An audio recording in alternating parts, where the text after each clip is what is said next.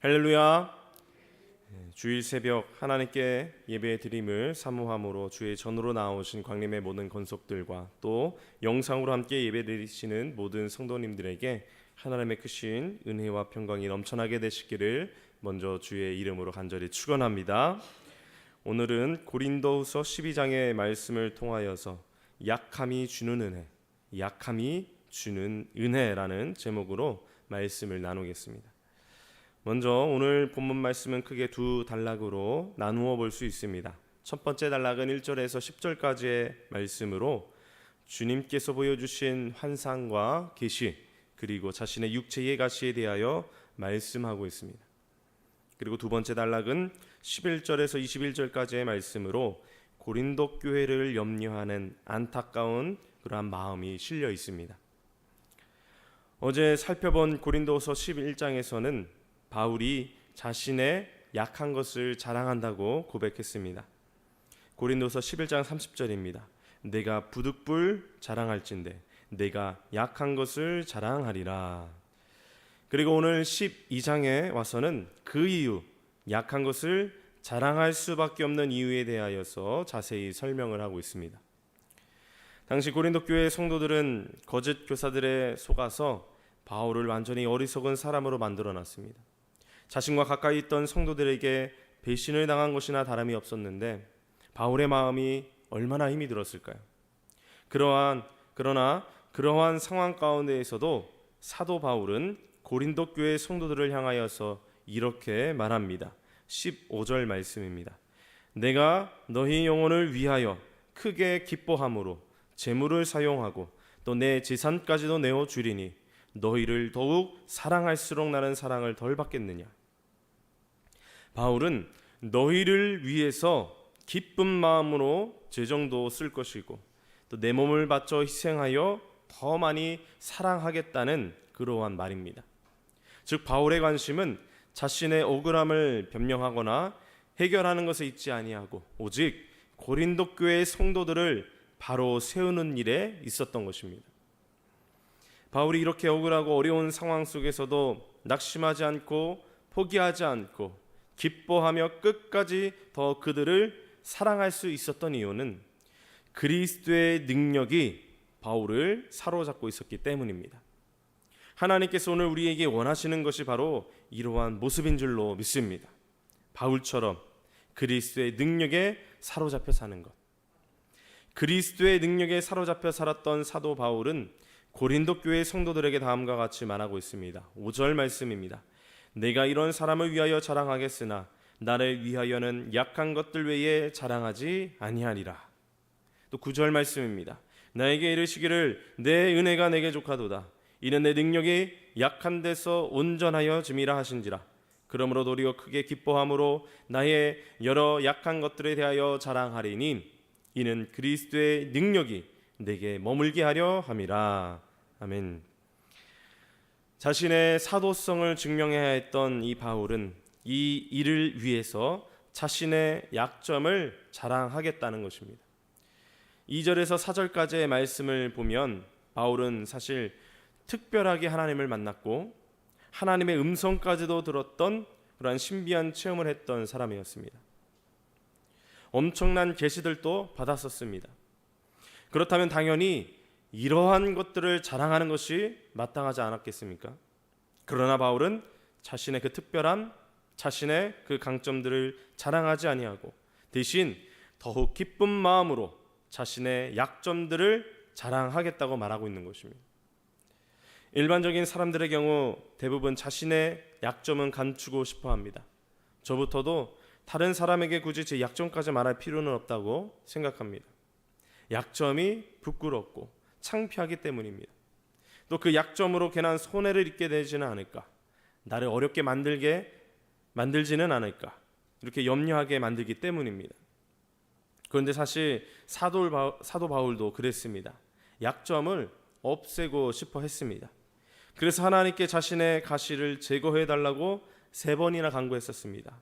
8절에 이것이 내게서 떠나가게 하기 위하여 내가 3번 주께 간구하였더니, 보다 적극적으로 복음을 전하기 위해서 주님을 위해서 간청한 것이었는데 주님은 바울의 그 간청에 이렇게 응답하셨습니다. 9절입니다. 나에게 이르시기를 내 은혜가 내게 족하도다. 이는 내 능력이 약한 데서 온전하여짐이라 하신지라. 이것이 우리의 약함을 바라보시는 하나님 아버지의 마음입니다. 결국 사도 바울은 주님의 바람대로 몸의 가시 자신의 약함을 제거하지 못했습니다. 그러나 그 약함을 통해서 하나님의 계획을 알게 되었고 그래서 기뻐할 수 있게 되었습니다. 그렇다면 몸의 가시 곧 자신의 약점에 대한 하나님의 계획은 무엇이었는지 오늘 본문 말씀을 통하여서 몇 가지 영적인 교훈과 은혜들을 잠시 나누겠습니다. 첫 번째로 약함이 자만하지 않게 합니다. 약함이 우리를 자만하지 않게 합니다. 오늘 본문 7절 말씀 여러 계시를 받은 것이 지극히 크므로 너무 자만하지 않게 하시려고 내 육체에 가시고 사탄의 사자를 주셨으니 이는 나를 쳐서 너무 자만하지 않게 하려 하심이라. 아멘. 여기서 너무 자만하지 않게 하시려고 이렇게 2번이나 거듭 강조하고 있습니다. 너무 자만하지 않게 하시려고. 본문에서 말하고 있듯 바울은 지극히 큰 계시와 더불어 지극히 아픈 가시를 함께 받았습니다. 그중 바울이 받은 지극히 큰 계시란 무엇입니까? 2절에 나오는 바울이 셋째 하늘에 이끌려 올라간 체험입니다. 이것은 지극히 큰 계시로서 이러한 체험 하나만 있으면 다른 사도들보다 더 큰 영향력과 권위를 가질 수 있었습니다. 그런데 바울은 이러한 큰 계시와 더불어 아픈 가시를 함께 받았습니다. 만일 바울에게 지극히 큰 계시만 있고 아픈 가시가 없었다면 바울은 아마도 굉장히 교만해질 가능성이 컸을 것입니다. 반대로 바울에게 지극히 아픈 가시만 있고 지극히 큰 계시가 없었다면 그는 깊은 절망감과 좌절감에 빠져 있었을 것입니다. 사랑하는 성도 여러분, 만약 지금 여러분에게 큰 계시와 더불어 아픈 가시 중 딱 하나만을 선택하라고 한다면 무엇을 선택하시겠습니까? 바울은 2가지 모두 받았지만 그중 지극히 아픈 가시를 선택했습니다. 바울은 오늘 본문에서 2가지를 모두 설명하며 자신의 강함보다 약한 것들을 자랑하겠다고 고백했습니다. 약함을 택한 것입니다. 그래서 5절에서 이렇게 고백합니다. 나를 위하여는 약한 것들 외에 자랑하지 아니하리라. 바울이 자신의 약함을 선택했다는 것을 입증하는 사실이 하나 있습니다. 바로 그가 셋째 하늘을 체험한 그 사실을 무려 14년 만에 털어놓고 있다는 사실입니다. 만일 바울이 그 신비한 체험을 자랑하고자 했다면 지난 14년 동안 기회가 수없이 많았을 것입니다. 그러나 그는 자신의 그 체험을 복음을 전하는 도구로도 사용하지 않았고 도리어 복음을 전하며 받는 고난을 이기는 힘으로 삼았을 뿐입니다. 이것이 바울의 위대함입니다. 저널리스트인 말콤 머거리지는 이러한 말을 했습니다.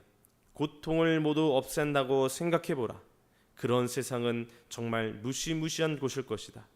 자만과 교만에 빠지기 쉬운 인간 성향을 바로잡을 모든 것이 사라졌으니까 말이다.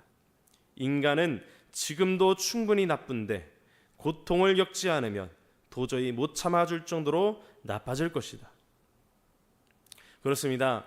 약함은 자만하지 않게 하는 최소한의 안전장치가 되는 줄로 믿습니다. 만약 우리 인생에 가시가 없다면 제동장치가 없는 자동차와 같습니다. 바울은 자신의 가시가 이 인생의 제동장치가 되어 자만하지 않고 겸손하게 주님의 사역을 잘 감당케 했습니다. 그러므로 우리 각자 가지고 있는 가시, 약함이 있다면 그로 인해 우리가 불평하고 괴로워하기보다는 나를 주어 더욱 겸손한 하나님의 사람으로 빚어가는 하나님의 계획이자 은혜임을 고백할 수 있는 저와 여러분 모두가 되시기를 간절히 축원합니다. 2번째로 약함이 주님만을 의지하게 합니다. 약함이 주님만을 의지하게 합니다. 나에게 아무리 많은 능력이 있다 하더라도 그것이 우리를 온전한 사람으로는 만들어주지 못합니다. 우리를 온전한 하나님의 사람으로 만드는 것은 주님의 능력밖에 없습니다. 주님의 능력을 덧입고 주님의 능력을 의지할 때에 우리는 온전해질 수 있는 것입니다. 그리고 그러한 주님의 능력은 우리가 약할 때 나타납니다. 우리 스스로 나에게 능력이 있다고 생각하면 주님의 능력을 의지하지 않기 때문입니다. 그래서 주님은 사도 바울을 약하게 만드신 이유는 그 약함을 통해 주님의 능력을 더욱 의지하여 온전하게 서도록 하시기 위함이었던 것입니다. 오늘 보면 8절 보시면 바울은 이렇게 주님께 간구합니다. 이것이 내게서 떠나가게 하기 위하여 내가 3번 주께 간구하였더니. 사실 바울은 자신의 가시가 주는 고통이 너무나 괴로워서 그 가시가 떠나가게 해달라고 3번이나 간구했습니다. 하지만 주님은 바울의 이 기도를 들어주시지 않고 내 은혜가 내게 족하다라고 말씀하셨습니다. 이처럼 때로는 내가 기도한 대로 들어주시지 않을 때도 있습니다. 그러나 그럼에도 불구하고 우리는 감사해야 합니다. 가시로 인하여 우리가 주님을 더욱 의지하게 되고 주님을 더욱 찾게 되며 주님과 교제하는 족한 은혜를 받게 되기 때문인 것입니다. 중국의 유명한 목회자이자 저술가인 위치만 리라는 목사님의 간증입니다. 그는 태어날 때부터 몸이 너무나 약했습니다. 그래서 그는 건강하여 하나님의 일을 마음껏 하다가 주님께로 돌아가게 해달라고 간절하게 기도했습니다. 그러던 어느 날 밤 그가 기도하던 중 꿈을 꾸게 되었습니다. 배를 타고 양자강을 건너가는데 갑자기 강 가운데에 큰 바위가 놓여 있어서 갈 수가 없게 되었습니다. 그래서 그는 기도했습니다. 하나님, 바위가 있어 갈 수가 없으니까 이것을 좀 없애 주시옵소서. 그랬더니 음성이 들리기를 내가 바위를 없애주랴 아니면 강물이 넘쳐 넘어가게 하랴. 그 음성에 강물을 불려달라고 그는 간구했고 그래서 그 바위 위를 지나갈 수 있게 되었다고 합니다. 그는 이 꿈을 꾸고 잠에서 깨어나 무릎을 꿇고 간절하게 기도했다고 합니다. 지금까지 내가 가시가 뽑혀지기를 기도했는데 가시보다 더 크고 넘치는 하나님의 은혜로 나의 가시를 극복할 수 있게 하옵소서.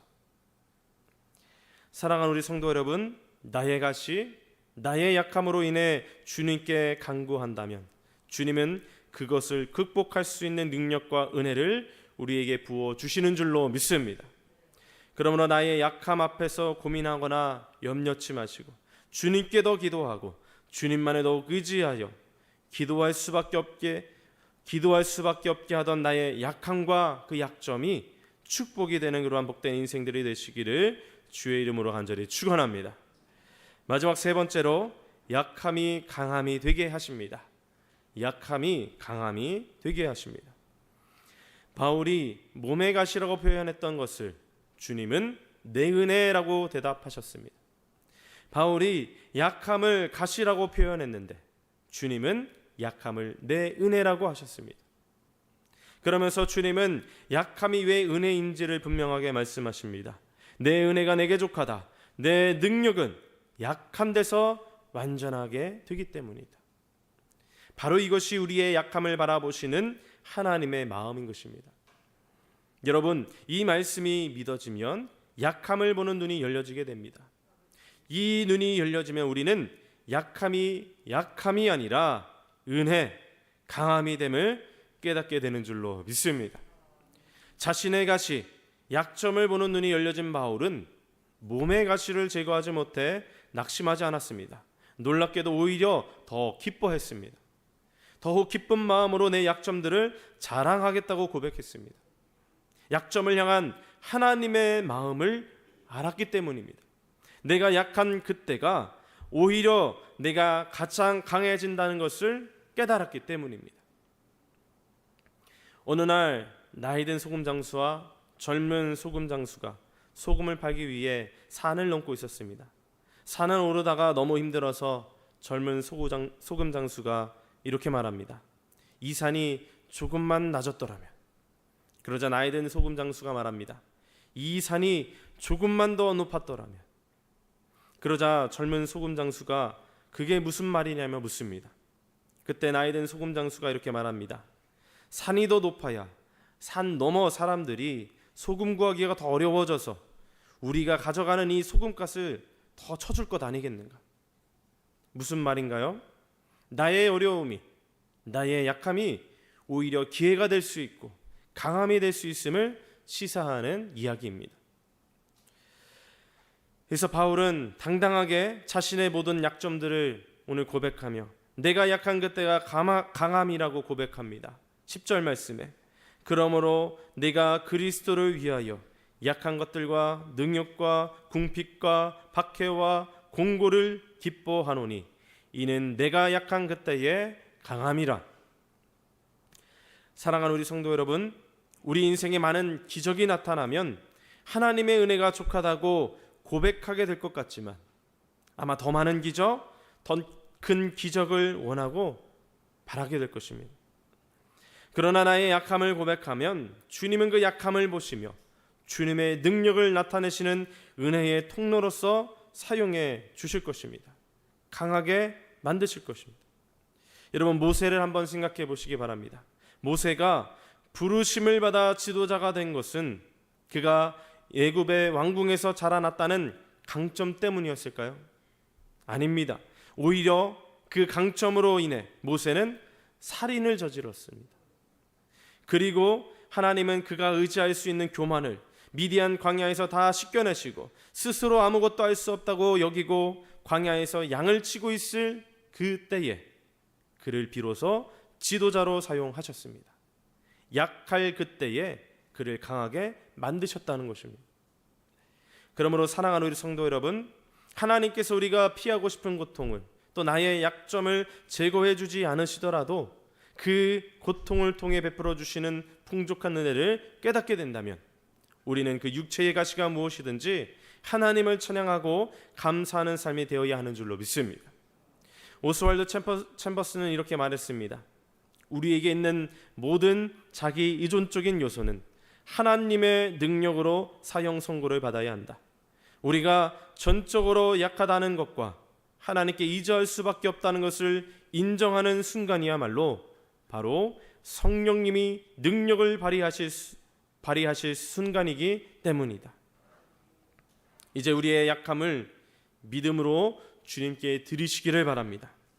우리가 믿음으로 주님께 나의 약함을 내어 드릴 때 주님은 우리에게 능력을 부어 주시는 줄로 믿습니다. 내게 주신 것이 나의 약함 앞에서 내 은혜가 내게 족하도다라고 말씀하시는 그 주님의 음성에 날마다 아멘으로 반응하여 나의 약함이 강함으로 변하는 놀라운 기적의 역사를 경험하시기를 주님의 이름으로 간절히 축원합니다. 함께 기도드립니다. 참 좋으신 하나님 아버지, 이른 새벽 주의 말씀을 듣게 하시고 또 그 말씀을 깨닫게 하시니 감사드립니다. 우리 오늘 나눈 이 말씀 깨달아 아는 것에 멈추지 않게 하시고 이 말씀을 꼭 우리의 삶으로서 실천해내는 거룩한 주의 백성들 되게 하여 주시옵소서. 특별히 나의 약함을 통해 주시는 은혜들을 깨닫사오니 나의 약함으로 인하여 자만하지 않게 하시고 나의 약함으로 인하여 주님만에도 의지하게 하시어 나의 약함을 통하여 축복의 은혜를 누리는 우리 모두가 되게 하여 주시옵소서. 이 시간 주님 앞에 귀한 예물을 성별하여 하나님께로 올려드린 손길들이 있습니다. 11조와 1,000번제와 또 다양한 감사의 제목들 가운데에 꼭 응답하여 주시고 이 예물이 사용되어지는 모든 곳곳마다 하나님의 뜻이 성취되게 하여 주시옵소서. 또한 정성껏 예물 올려드리는 우리 모든 성도님들의 그 삶 가운데 하나님의 기름 부으심의 역사가 충만케 하여 주시옵소서.